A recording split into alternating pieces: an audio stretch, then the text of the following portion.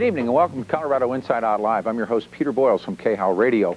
On tonight's show, we're going to talk about the pros and cons of legalizing marijuana. Very controversial, very complex issue. Strong arguments on both sides, and there are many issues to look at. Could controlling the sale of marijuana through legalization significantly reduce general crime associated with drugs?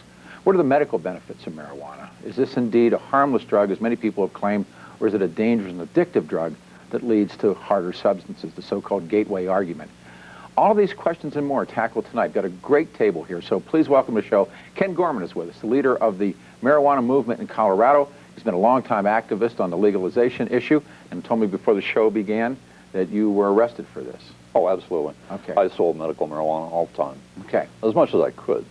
Also joining us on the show is Ralph Shnelvar. He's a Libertarian Party activist. He's held rallies with Ken Gorman to have marijuana legalized. Ralph was the Libertarian gubernatorial candidate. That's when I first saw his name in 2002, the midterm elections in Colorado. Also on the show, Senator, and please welcome, Senator Bruce Kairns is with us of South Aurora. He's been an entrepreneur in Denver since the Vietnam era, in real estate investing, brokerage in the automobile industry. He supports the pro-family platform of the Republicans on this issue. Also, we have been on radio shows together, and I meet him for the first time. Welcome to the show, Special Agent in Charge Jeff Sweetin of the Denver Field Division for the Drug Enforcement Administration. Mr. Sweetin is responsible for the agency's daily enforcement operations, drug diversion investigations, and administrating the DEA policy. I just want everybody, if they could, to sort of stake out a position. We'll go around the table. Ken, you were saying that you have been arrested. And first of all, a little bit about your background in terms of your life.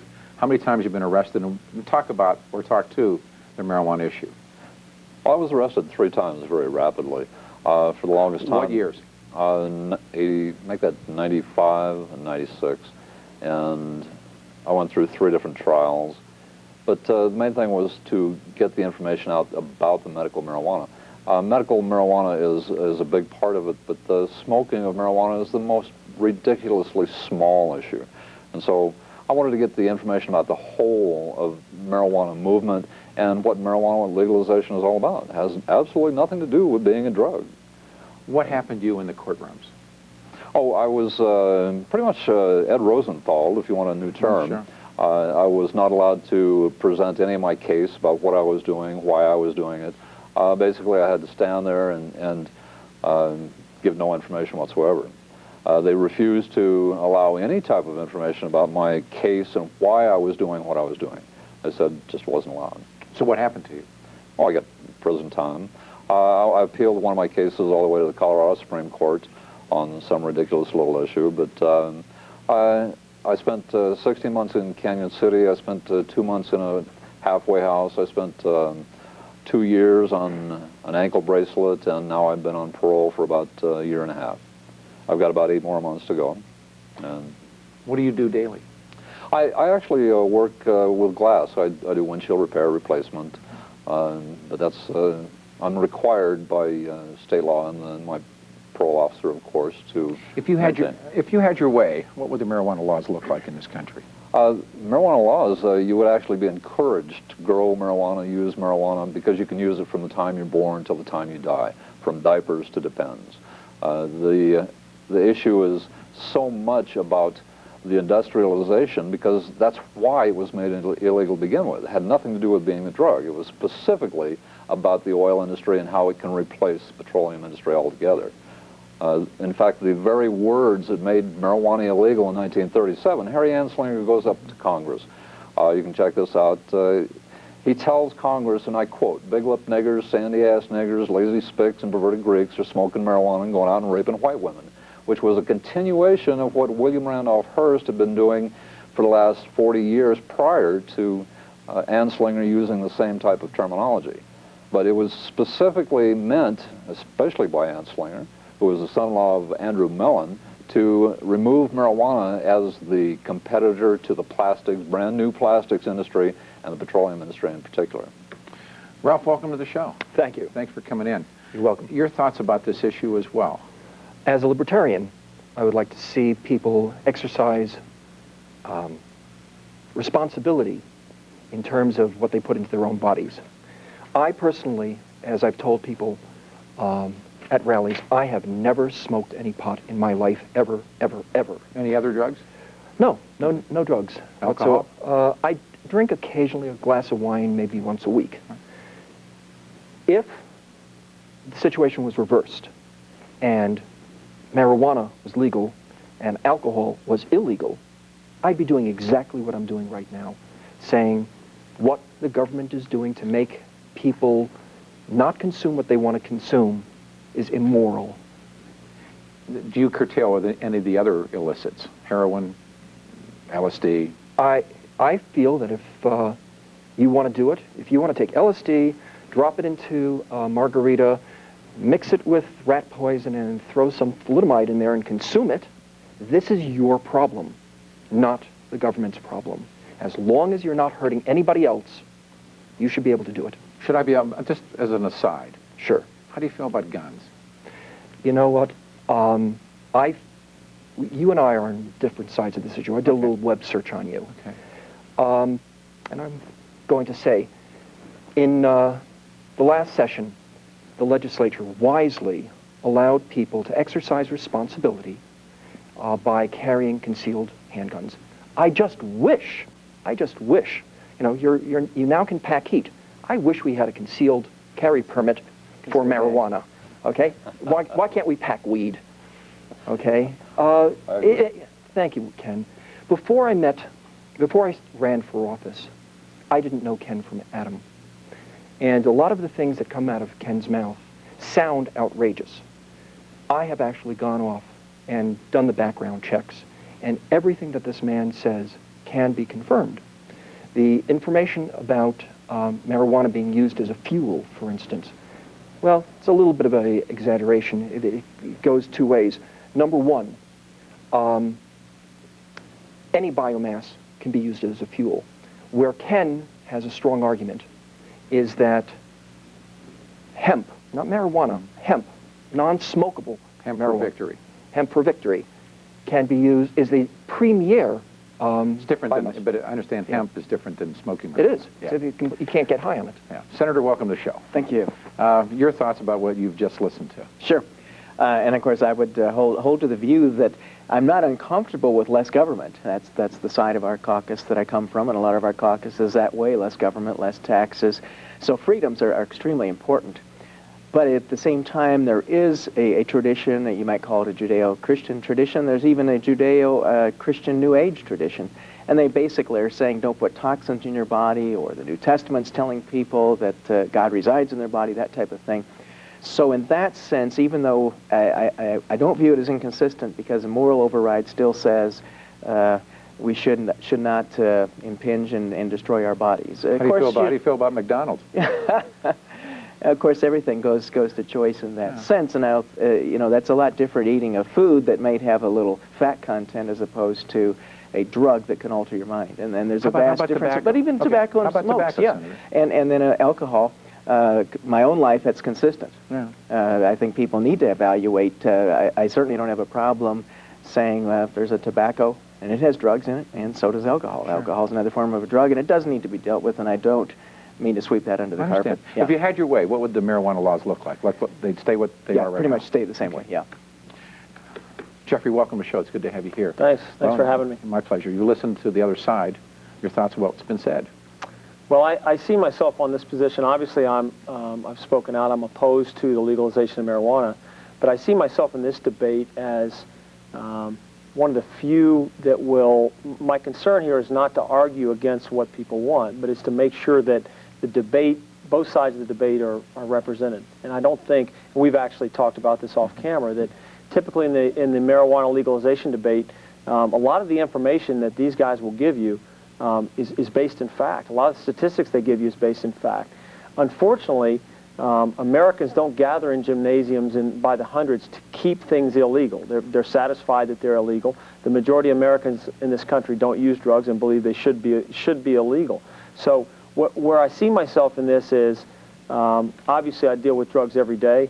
You've got somebody that's dealt with drugs all of his life on the illegal side. You've got somebody that is dealing with it. Ralph is dealing with it from I don't use drugs, but it's a personal rights issue.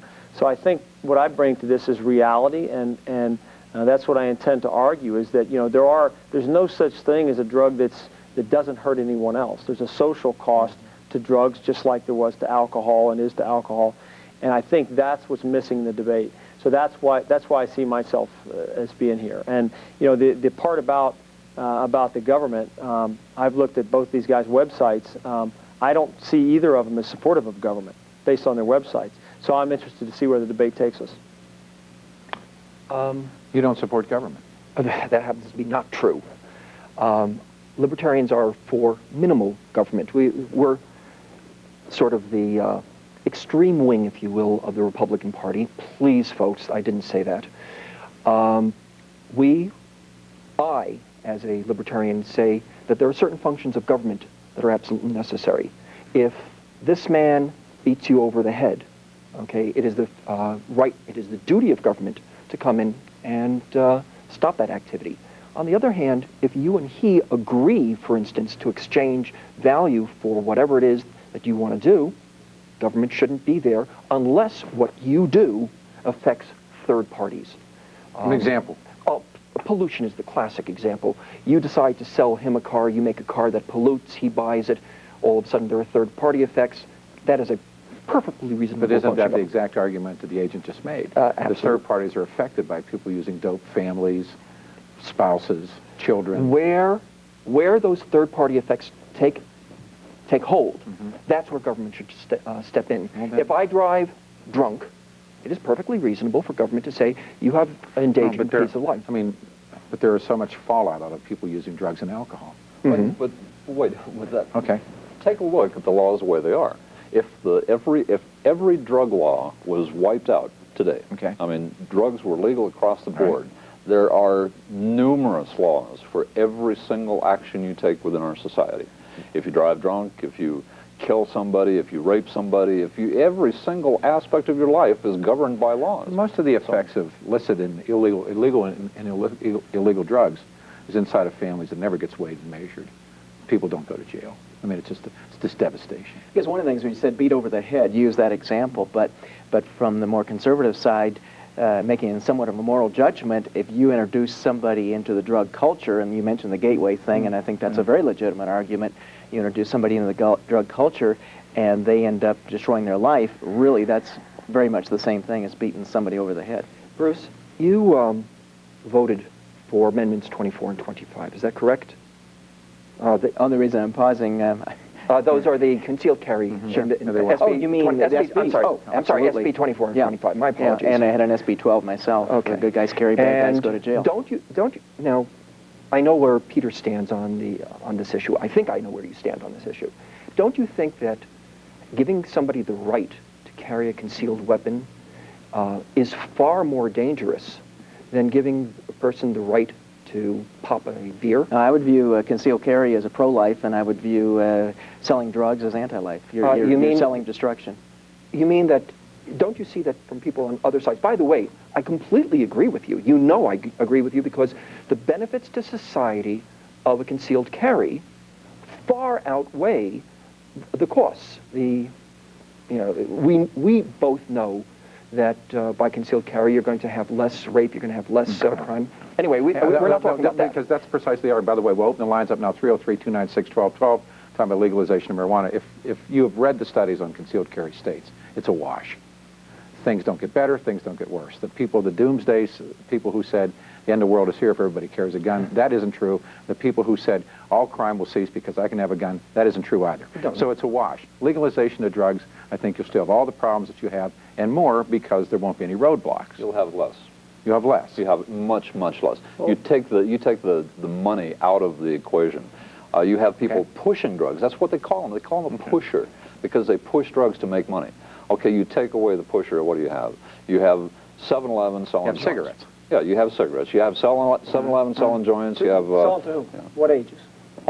This is something that's always come up. Well, now, I'd like to know because so far where we've been is we've been down the road of concealed weapons. Yep. We have not started yet talking about what these communities, what these people watching TV can expect if you guys get your way. And that's what I'm here for. So selling to who? 20-year-olds, 21-year-olds? What are the alcohol laws right now? 21. what's wrong with saying that once you're an adult, you make adult decisions? Is that work? I don't want. Does that work? Do kids still get alcohol? Oh, absolutely. Okay, so what happened in Alaska? Why did Alaska scrap their legalization?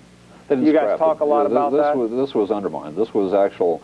Conspiracy. It was, absolutely. I mean, So, if you so have we've the been proof, down it's concealed not a weapon. theory. Now every time something gets defeated, it's either a conspiracy. You've said that when you were in court, you weren't able to present your case. So anytime there's a logical argument against legalization of drugs, it's either a conspiracy or some big bad government didn't let you say your case. I was not allowed to say why I did it. So that was one thing you that were was a never defendant allowed. in a court, I was and a you were defendant in not. court. Did I you was testify? never allowed. Did you testify? I got up and talked every time I opened my mouth. Did you it was testify? objective. Yes, I did. Okay, so And your then- attorney put you on the stand. No, I was pro se. So you represented yourself. Excuse me, yes. The fool that represents himself. That's right. Yeah. I understand. But I did have lawyers helping me Okay, with the whole all right. case. I mean, it wasn't just me on Did you myself. have your day in court? Yes, I did. all as a right. matter So of fact. back to the original question, if you guys get your way, and marijuana is legal in all of our communities, will you acknowledge that if they set an age, and if they set a purity standard, will you acknowledge that there will still be a black market for marijuana? I will- Very little. Very little. Let me just say, right now, this made the news 2 days ago. CU had $1 million study that said if you binge drink at CU's campus, you'll be expelled. There'll be a whole slew of bad things that happen to you. The results of that study were zippo. They spent $1 million and threw kids out, had no effect. People are going to do what people are going to do. We've had alcohol prohibition. That's why we said no scholarships or rioting. We did pass this in the past 1 or 2 sessions. I forget which. And I perfectly approve of that. You do something to somebody else. So there was a Okay. revisiting of that. Okay. You do something to somebody else, you should be punished. You do something to yourself. Jeff, what's your great fear? I have a couple. I mean, one is that I don't believe that this fits so neatly into the category of you're not hurting yourself. I mean, even if you just start financially, you know, this historically in this country, we've had to pay for our mistakes. And financially, you know, if these guys might even, if we were able to talk about it, admit that marijuana is addictive. They may not, I'm not sure. But if the studies that I read say that marijuana is addictive. In 1999, 225,000 people went into drug treatment. Most of the drug treatment people say the majority of the problems they're dealing with in addiction treatment are marijuana related. So if you look at the cost of that, what I would ask the people that are listening is, who's going to pay that? Because and I've discussed this with libertarians before. I did a show with a guy, and you know, we agreed on a lot of things, but what we couldn't agree on was, well, is there going to be a cost? And it'd be great if we could say, hey, listen, go do your own thing, baby. Just do your own thing. Don't bother anybody else. That's not reality. My other fear is that the people that I command will be left to pick up the pieces of what these guys are trying to get. One question, and then your response, then we'll go to the phones. You and I talked about this once before, the so-called war on drugs that begins really in the Nixon administration. That takes us through Nixon, through Gerald Ford, through Jimmy Carter, through Reagan, 2 terms of Reagan, George Sr., 2 terms of Bill Clinton, and this current president. And I don't see anything changing. One of the tragedies of Southeast Asia was it went on and on and on and on until finally everybody said, why are we doing this? We're just having people die. I mean, is there ever the moment, Agent, when you say, Jesus, I mean, this thing has gone on, I mean, intensified since Richard Nixon, and we're still fighting the same fight? Well, I actually answered that for you on a radio show, and I'll answer it to you again.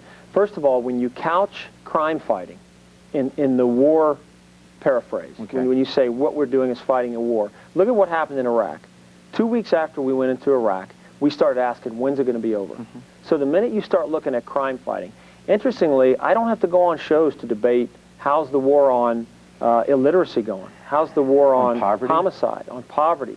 But for some reason, and we got ourselves into that. I mean, Nixon called it the government started that in the early 70s, but what we do is, very simply, what we do is we enforce the laws that are passed by this government.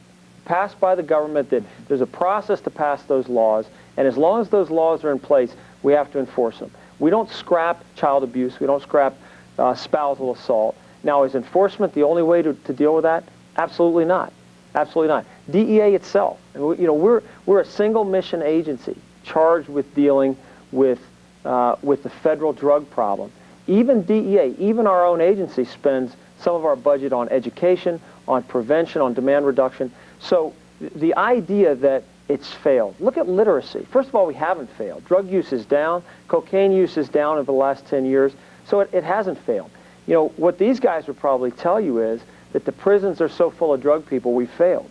Well, you don't say to a guy, I mean, maybe I took some of your thunder, Ralph, I'm sorry, but, what I would tell you is those people are in prison for a reason. I mean, you've got Ken here. Ken talked about the 3 times he's been sentenced. 3 times. So Ken is an example here of a guy who can't live within the law. And he's pushing for change, and I respect the guy that pushes for change. But Ken is a walking, talking example of a guy that's just going to break the law. The law that the majority of people charged set. with that. I'm charged with breaking the law, especially even Martin Luther King. Your own law judge. Yes, I did. Your own law judge claimed that marijuana was safer than aspirin. Well, what the law judge did in DEA back in those days was he reviewed the studies and the science. The same thing DEA does every year. Well, do you tell people when you do these debates who actually licenses the studies? Are you ever asked that? The federal government licenses those studies. DEA does. We don't say no to studies. Are you wanted to comment and then we have Jan Lyons? Let's talk about cost, okay? Depending on whose figures you go with, the cost of the war on drugs is somewhere between $36 billion a year to $156 billion a year to $500 billion a year. To give a feel for the size of those numbers, let's just go with a semi-conservative $150 billion a year.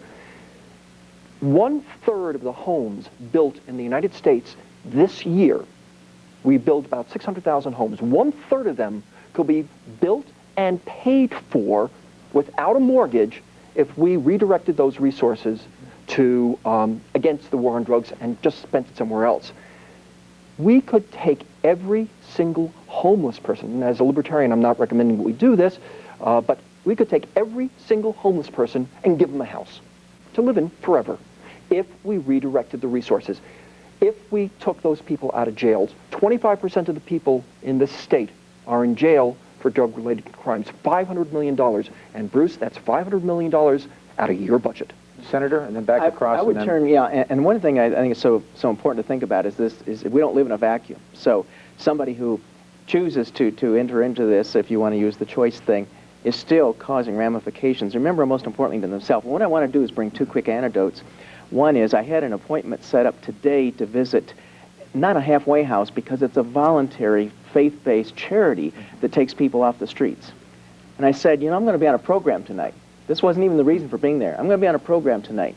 Tell me, what was the entry? Why are you people here? And I was kind of couching it. I was almost being a little bit politically correct. 100% marijuana. This is anecdotal. This isn't statistics. This isn't theory, which I respect. This isn't advocating a position. This is real people. And they spend 2 years in this because they've gone down some kind of an addiction lane, and they spend 2 years being that way. Even closer to home, one of my son's friends, I'll label it as TB, but he doesn't even live in the state anymore, but I don't want to say a name. He's even stayed some time at our house and everything. This young man did the same thing. The entry, he was a great kid around the good kids.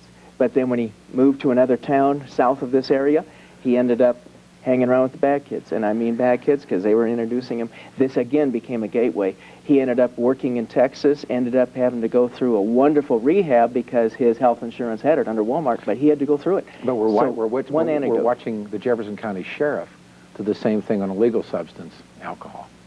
I don't have any stand about the sheriff except in a general. But you know the story. In the general brush, if he's going to be held accountable, then the county commissioners may have to take their action that's available. But actions aside, he is in the process of God only knows what he's doing, and it's all alcohol. I'll bet you, as a law enforcement guy, the guy never did an illicit drug in his life. Yeah.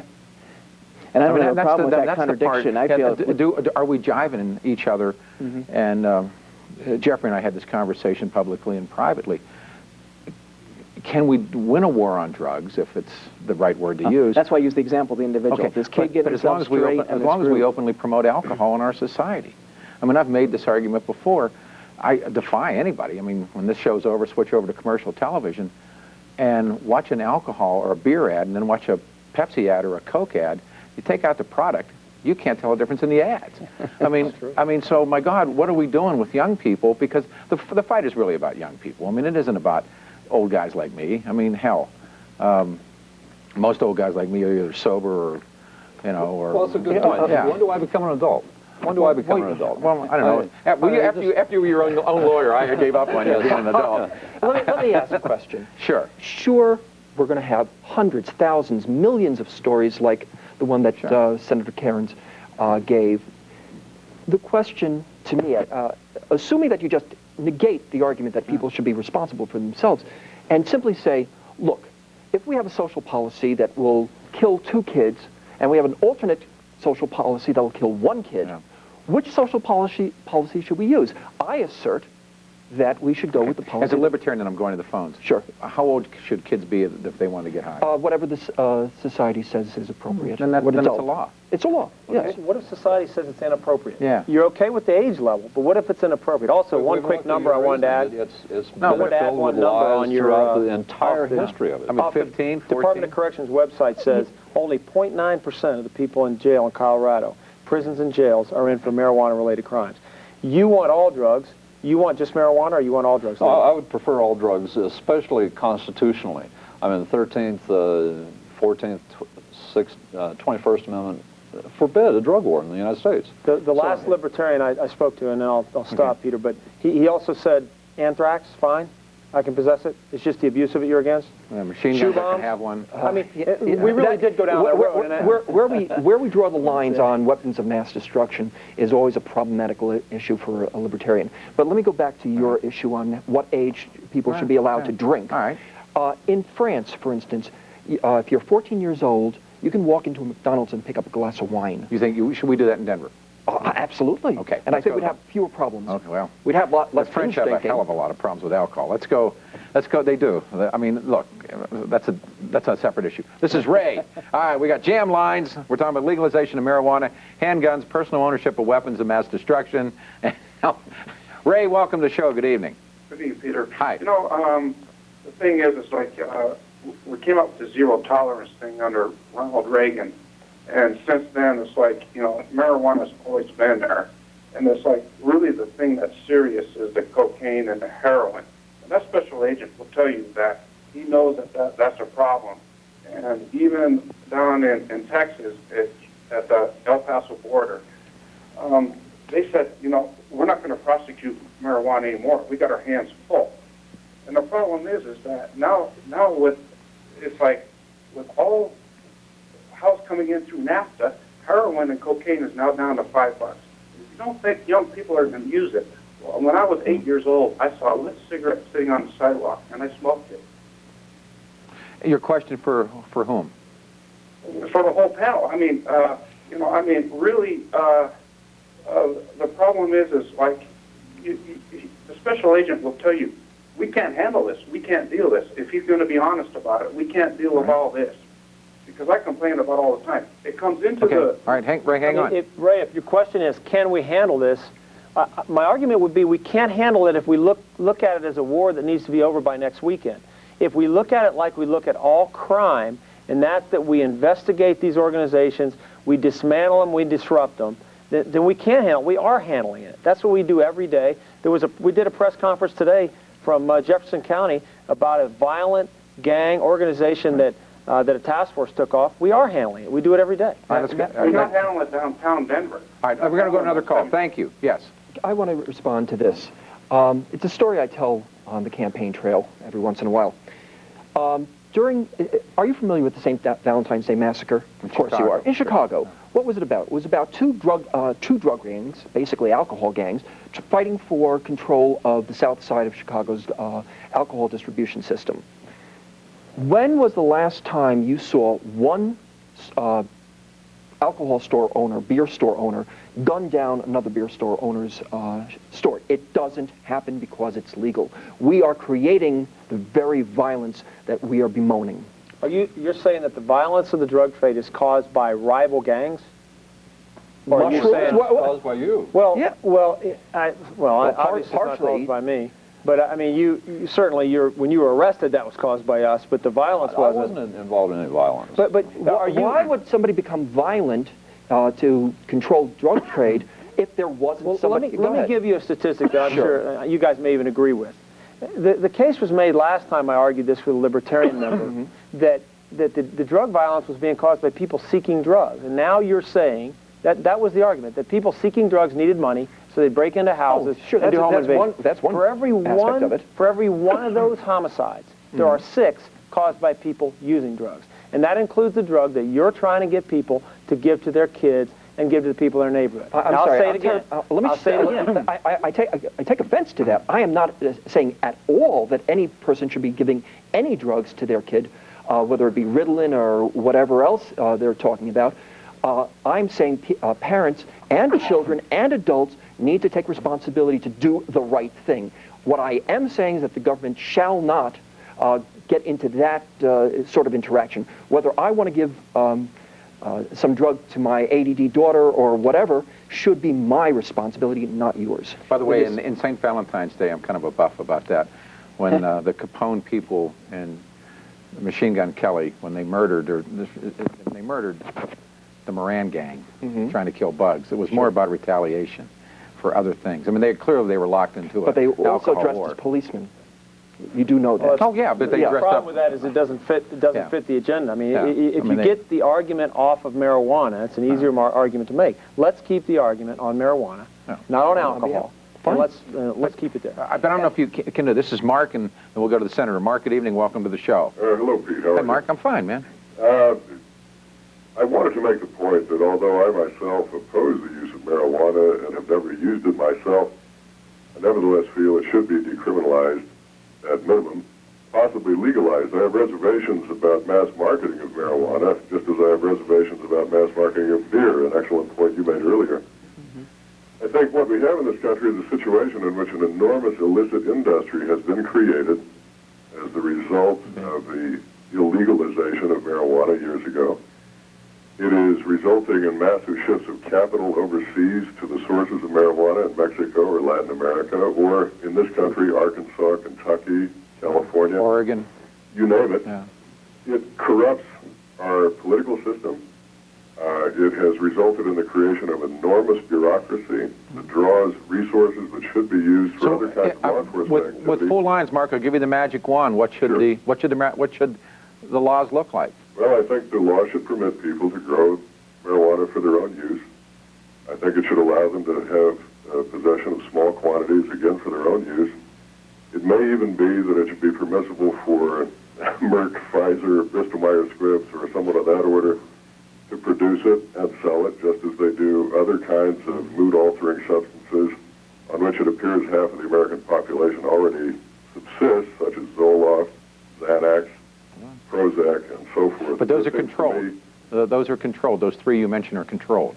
But as a practical matter, there's really no significant restriction on their use. No, they have to have a prescription. You have to go to a drugstore. Fair enough. Yeah. That may be an appropriate way to deal with marijuana as well. And I think that so long as it were available to people who prefer it as a way to alter their mood in a legal and relatively inexpensive way, you would deprive this massive industry and this massive subculture, both police and illegal, Right. I want to let the means of supporting their lifestyle. Senator respond to the caller if you would. Absolutely. And of course, the thought occurs to me continually. And a long discussion could be about charitable choice tax credits, helping the individual to make his own choices becomes number one. But if this is such a good idea, the next question becomes, why aren't all the doctors in Colorado jumping all over the thing? Most of our drugs are prescribed. They come from testing. They come from purity. We know what's in them. Depending on who you read, marijuana has 370 to 420 chemicals in it. There's only 177 doctors in Colorado, probably about 1% of the doctors in Colorado that even have signed up on the registry saying somebody would go with that. The tar is bad. It's 4 times what are in cigarettes. This is a potent chemical. Comment, and we're going to take It's another not call. something to mess with. I have a libertarian doctor friend, a good friend of mine, okay, who refuses to. Now, this is a libertarian doctor who has almost nothing to lose. She refuses to get on the registry because she doesn't want to be hassled. Okay, so 1% of them know that if they get on that registry, it is people like Jeff who are going to come after them. Mark, thank you. Let's go to Rick. It's only a one-time check. Hey, Rick. I have lots of free time. Yes, Mr. Boyle, how are you doing this evening? I'm good, Rick. Thanks. Good, thanks for taking me. I just wanted to ask, to go back to the decriminalization part, as far as making marijuana, available in the United States, like it is in Vancouver or in Amsterdam, where they decriminalized it, not legalized it, but decriminalized it. It seems that they don't have any problem with it. You very rarely hear about crime. That they give you places you can go to be not supervised. Sure. I mean, Great Britain, Canada, as you mentioned, ADAM. There's a couple of places in the world. Comments, if you would, Jeff, about that. I have a question as well to do a follow-up with everybody. But are there models in the world that any of you guys see as working models of how, better yet, asking Amsterdam you? works very well. Amsterdam. I mean, the minor crime has actually increased. Major crime has decreased just by incredible numbers. Well, you look at, take Holland for example. When marijuana was legalized in Holland, heroin addiction tripled. Now, that story didn't come out. It works perfectly for everybody. There are also European nations right now that are banding together that are saying Europe does not want to be the place that all drugs are legal. So it depends on what side of the debate you're on, which country works. We can all find countries. We can find Alaska, and we've already argued about Alaska on experiments. Needle Park in Zurich was an experiment that's been closed down. So the real issue is 2 issues. One, did it work? I would assert that it didn't, because the social cost of that increased heroin addiction is what marijuana legalizers don't tell you. The other thing that we have to consider is that what we want to be? Because that's really why I came here. Because if you do that experiment, based on all the facts, based on using the government processes that you use, if there's no conspiracy where I come after everybody, and you legalize it, the law enforcement system is going to have to pick up the pieces. So be ready to pay, because it's extremely expensive. Take a look at the ages, though. Take a look at the ages of the heroin addicts over in Amsterdam, which is 43. The average age of a heroin addict in the United States is about 26. The people over in Amsterdam are there to die. They're addicted. They're going to die addicted. They're not going to give up. They have addictive personalities. Here in the United States, heroin is so prevalent that the average age is 23 to 26 now. I mean, there's a big difference in what numbers you're citing here. There's a big difference in whether or not it's nations banding together or it's proponents of change for the United States. These are not nations banding together. These are the people that have to maintain a dependency on oil. So those are, let me just clarify, because I might have missed something.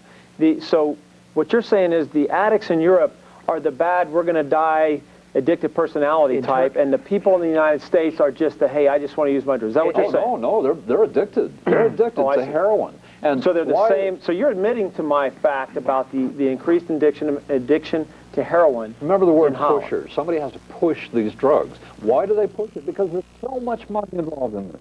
No, not at all. When you smuggled dope, why did you do it? I lost money. I did it specifically for medical So reasons. that kind of defeats the argument of the money, the whole money thing. You lost, I'm but one you of just didn't do it as well. very few. Do you really believe most that? people, yes, absolutely. Most people make large amounts of money off of But you were just drug dealing. unfortunate. No, I He was advertised doing in the it paper. I advertised in the paper that I was selling marijuana. It took them 3 years to catch me.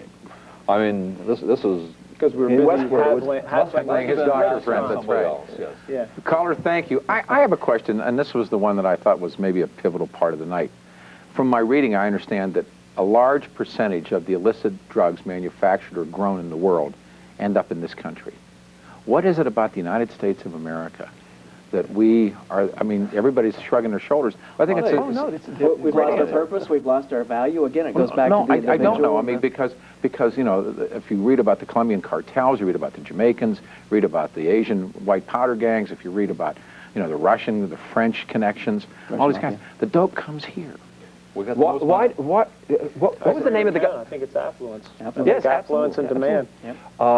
What was the bank robber? What did you say? Why did Willie he rob Sutton? bank? Willie Sutton. Thank you. It was there. Because you go where the money is.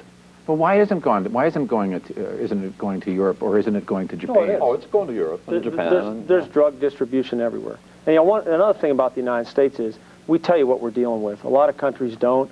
A lot of countries take on the attitude of a resort community that, you know what, we can't be totally forthcoming of our drug problem. One thing about the United States, we don't have, despite what these guys may say, we don't have a lot of secrets.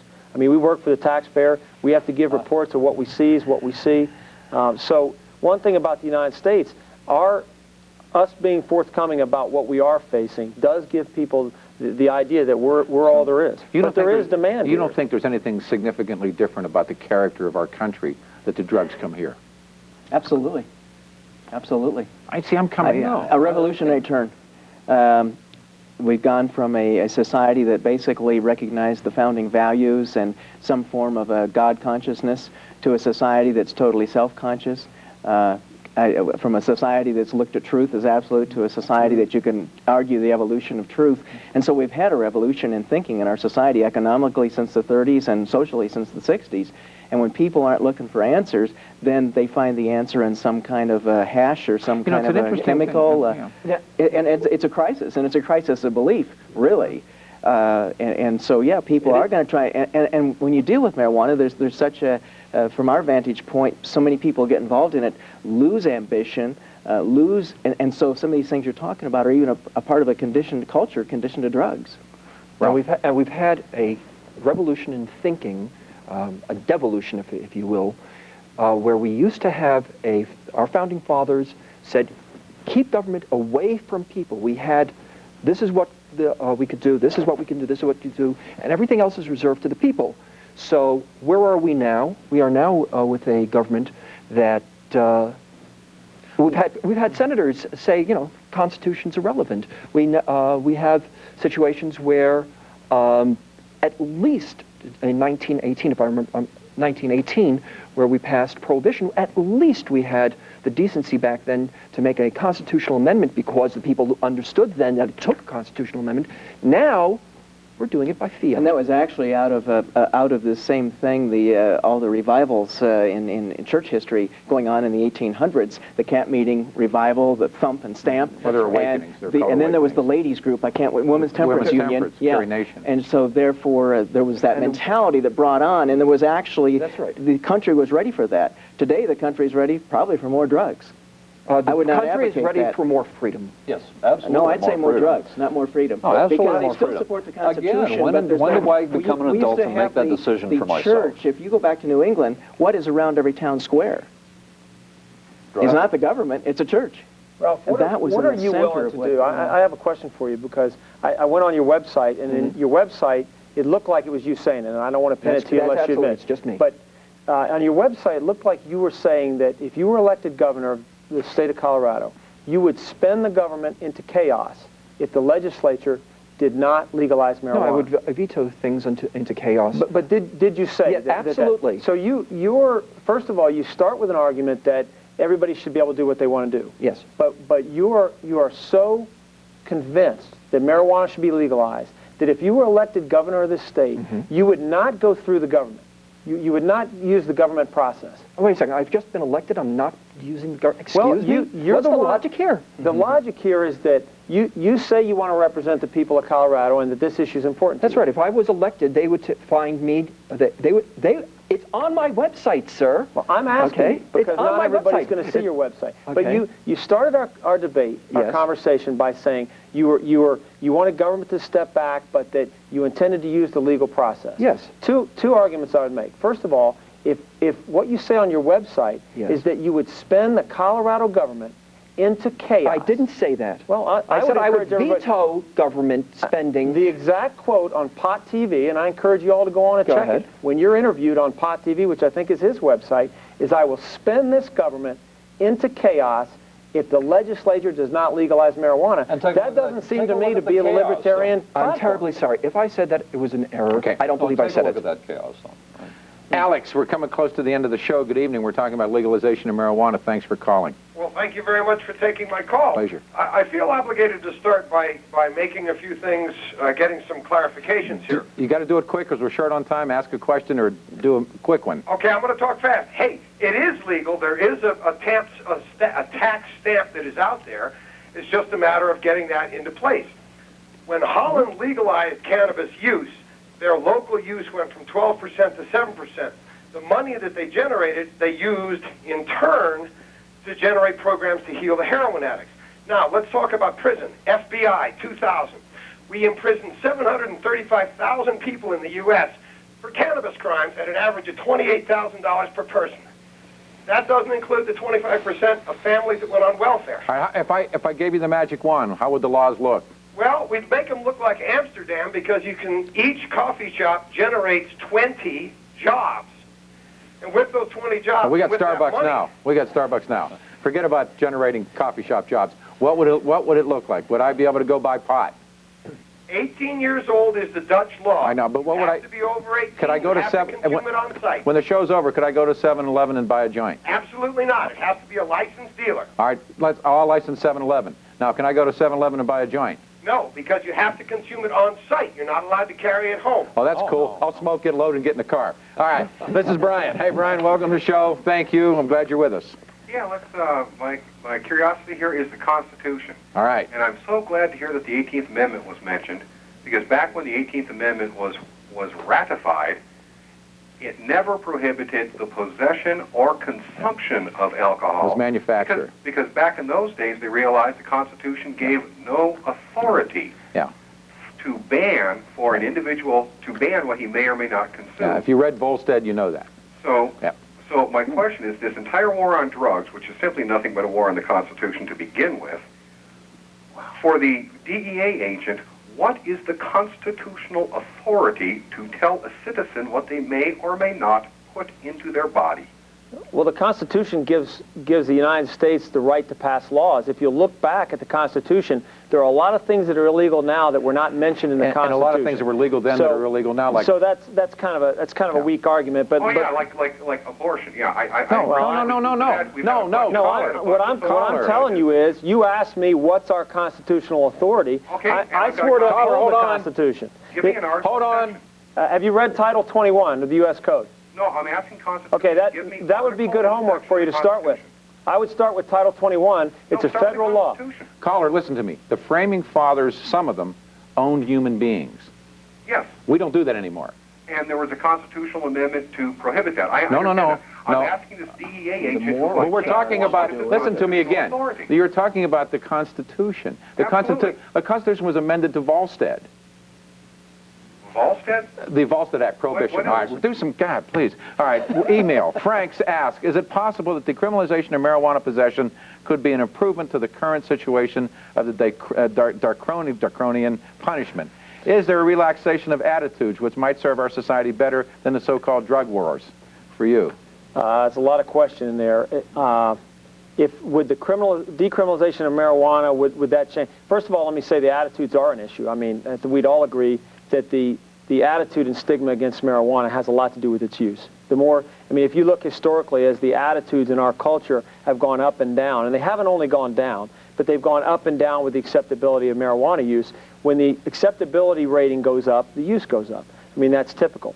Would decriminalization solve that?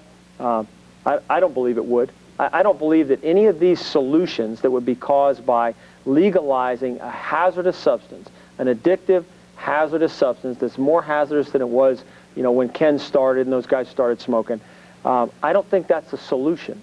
But what I would urge people to do is make sure that you know what you're getting into, and make sure that you understand both sides of it. And that's my point. And it's gone from a 3 or 4% TCH to about 20% just because agriculture has improved in our country. Knowledge is there. That's not and so true. it's much stronger. The other thing is, once you accept the gateway argument, whether or not we've agreed on it, you end up with a New York statistic that says for every felon out of prison, this $28,000 thing doesn't wash because it's $435,000. That's what I've read. Prisoner out of a felon on action in New York, $435,000 a year. So you're $28,000 in prison. arguing that this is an enormous waste of money. We have two. We're right under 3 minutes left in the show. I want to give everyone a final comment as we go into this. Ken Gorman, final comments on this. I looked at the last issue and it said decriminalization. I don't, I do not believe in decriminalization whatsoever. I want it flat out legalized, specifically because of the information that everyone has at their fingertips. All you have to do is take a look at what marijuana is all about. A good book that you have to read to understand the whole issue is The Emperor Wears No Clothes by Jack Herrera. I mean, there's a $100,000 challenge to prove anything in that book wrong. We have information that the War of 1812 was fought for marijuana. I mean, I'm kind of a history buff. I got to look at that one. Absolutely. Ralph, absolutely. welcome to the. Well, thank you for being on the show. And Thank you. Your final thoughts. We were talking briefly about slavery, and I sometimes close with a story about George Washington Carver, who was a man born into slavery, free. I got to put a time on you too. So. Okay, I'll go through. He developed 325 products from peanuts. By restricting our ability to grow hemp, by restricting our ability to do this, we are enslaving ourselves, constricting ourselves, and we're not doing good things for either ourselves or our economy. Senator, welcome again. Thank you. And your final thoughts. Yeah, just wonderful being with you all and talking. And I think the most important thing is thinking about the personal issues that we've mentioned. And do we want to have this criminal descent if we accept the gateway argument and have this cost to our society, both individuals destroying themselves and individuals destroying society? My answer is continue with the laws the way they are. Jeffrey. Thanks for allowing me to be here, guys. I enjoyed it. First of all, I would just say that I don't believe these guys represent a majority. I believe if they did, that we wouldn't be sitting here. These laws would already be changed. It's a difficult problem. I deal with it every day. Most of you don't. There are no simple solutions to difficult problems in this country. Democracy will prevail. Our government is designed representatively for people to go and make changes if they represent a majority. I believe there hasn't been change because they don't represent a majority. And finally, I would just say that, let's make sure we understand the issue. We're not after, these guys are not arguing for industrial hemp or medical marijuana. They want the right to sit around and get high. And if that's where the debate should be couched, and that's fine. That's the time. We'll do this one again. Thank you for tuning in and all the guests for being on the show. Next Wednesday night here in the studio, we're going to have the mayor-elect of the city, John Hickenlooper. Tomorrow morning at 5 a.m. on 630 KHOW. I'll be there. Thank you all. Good night. Thank you.